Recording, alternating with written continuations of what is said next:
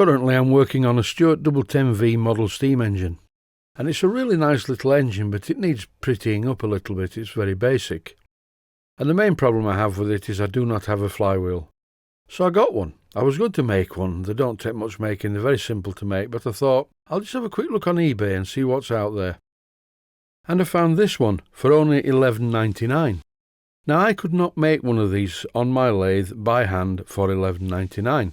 Certainly not if I apply my normal hourly work rate to it, and I'm not even mentioning the cost of the materials and the small grub screw. And it came from a seller called Jim1 Kent on eBay. It's correct in every detail and is a perfect fit on the 9/32 of an inch shaft. You really have to watch it on number 10s. People will go away from the drawing. I have one or two where the shaft is 5/16 of an inch in diameter, and I have one where the shaft is 1/4 inch in diameter. But I do believe that the correct size is 9/32.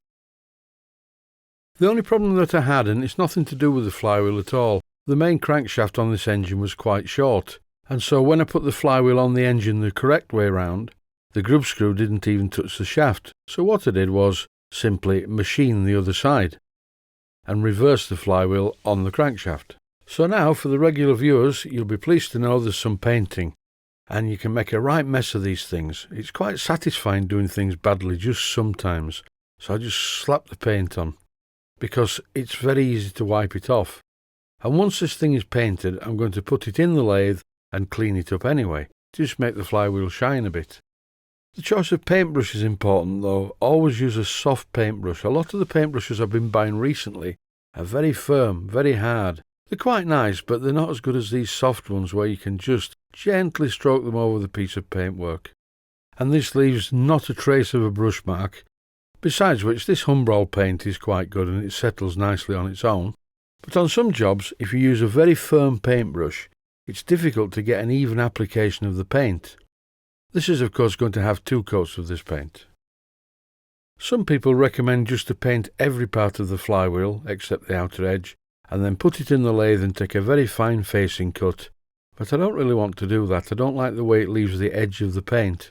I'm just going to use some Scotch-Brite to just shine up the front faces, so any red paint residue will disappear. Although fairly obvious, this is a very good tip. If you painted a flywheel, you need to put it on one side to let it dry.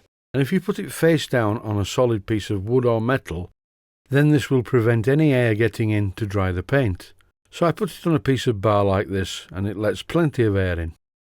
And finally, put the grub screw that you removed before you started painting in a safe place so that you know where it is, because this is a metric grub screw, and in my workshop, if I lose it, I don't have another one to replace it.